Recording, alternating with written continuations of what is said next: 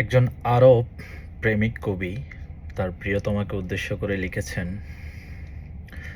আহবাবতুকি হুব্বান লা ইয়াজুলু মা'আল মাদা ওয়া যিকরাকি ফি কলবি কা'তিরিল ওয়ারদি ইযা গিবতি আন আইনি ফাকলবি মা'াকি ফাআনতি হুলমুল উমরি ওয়া আজমালু মা উরিদু। এর মানে হচ্ছে, আমি তোমাকে এমন ভালোবাসি যে ভালোবাসা সময়ের সাথেও কখনো মুছে যায় না।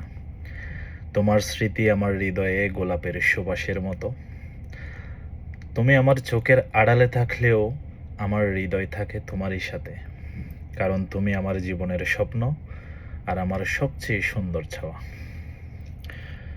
একজন সফল প্রেমিক এবং একজন সফল প্রেমিকা তখনই হয়,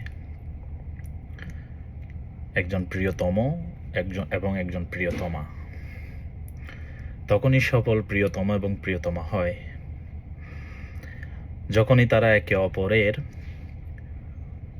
অধিকারিণী এবং অধিকার চর্চা, অধিকারবোধ সম্পন্ন নারী এবং অধিকারবোধ সম্পন্ন পুরুষের হৃদয়ের লুকিয়ে থাকা সুপ্ত গভীর অনুভূতির ভালোবাসাটাকে বুঝতে পারে।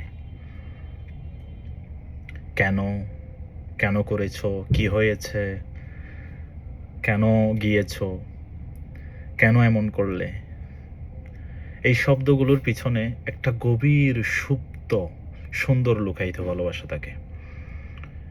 এটা যে বুঝতে পারে, এটা যে আবিষ্কার করতে পারে, হোক নারী কিংবা পুরুষ, সে হলো সফল প্রেমিক এবং সফল প্রেমিকা।